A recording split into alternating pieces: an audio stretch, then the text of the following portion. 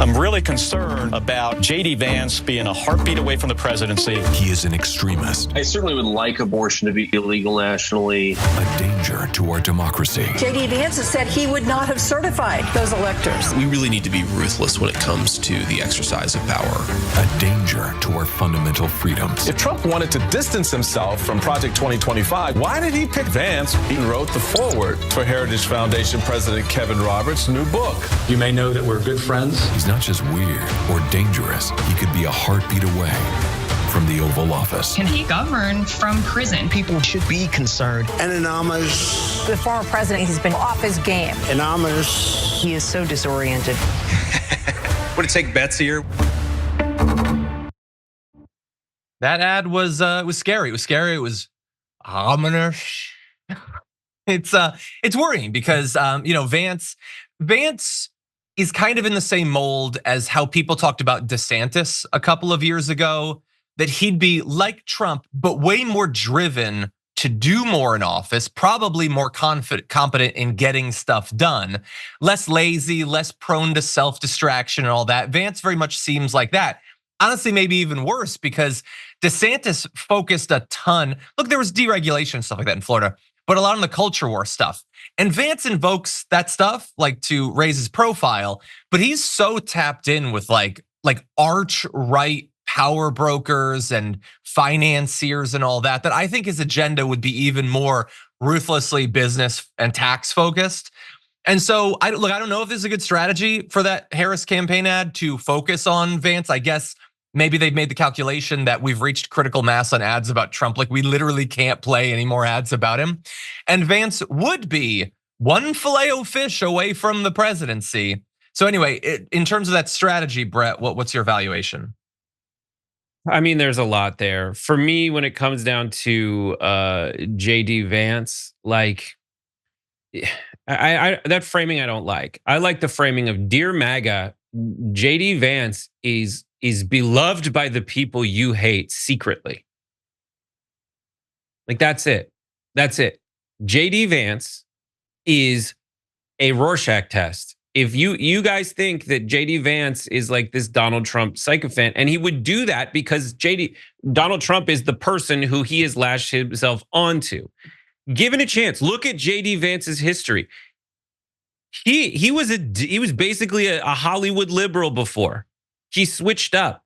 But the difference is, if you're MAGA, there are things you want to actually happen in the world that JD Vance won't actually give you. JD Vance is just doing a song and dance to appease you.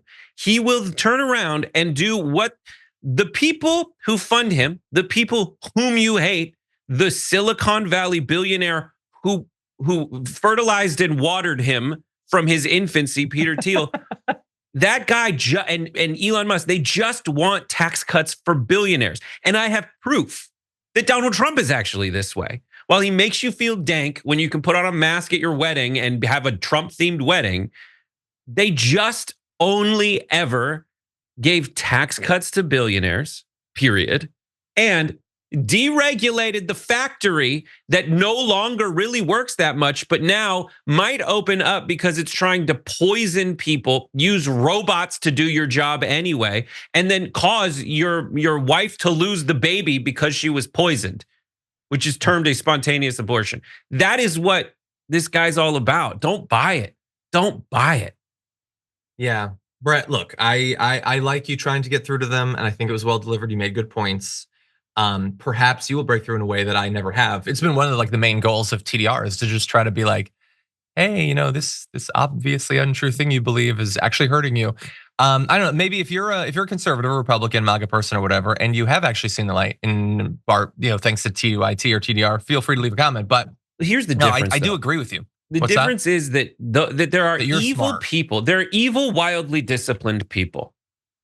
That's the problem. JD Vance is an evil, wildly disciplined person.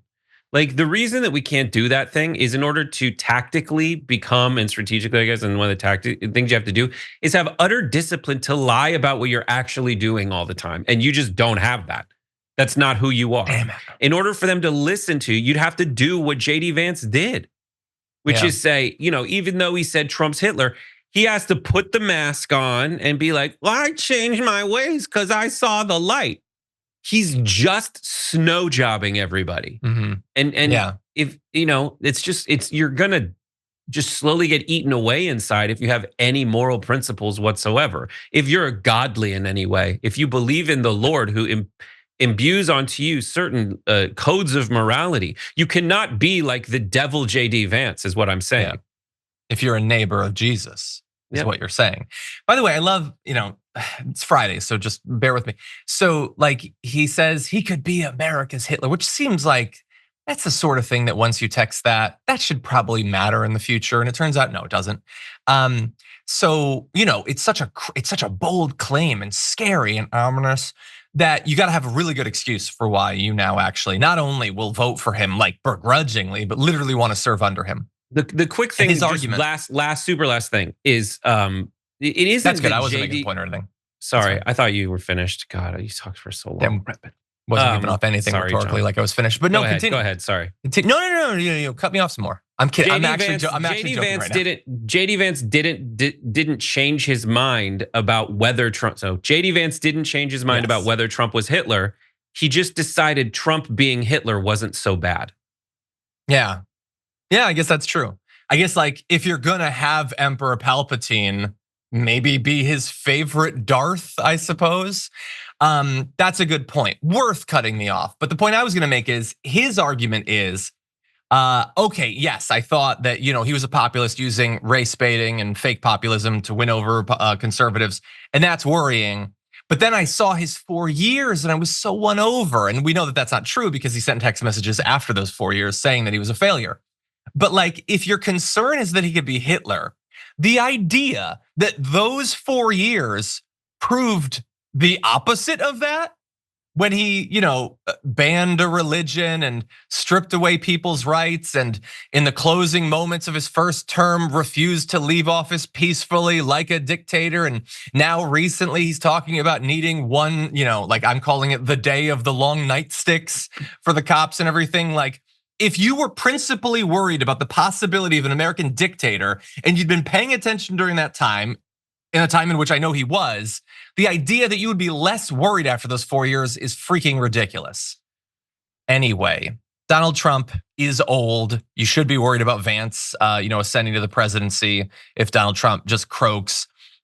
He's not releasing medical records about a variety of different things, which, look, I don't know that they necessarily have any obligation to do so, but you're really old. You're really old. You don't seem like you're in particularly good health. You don't seem like you've been in particularly good health for literally decades.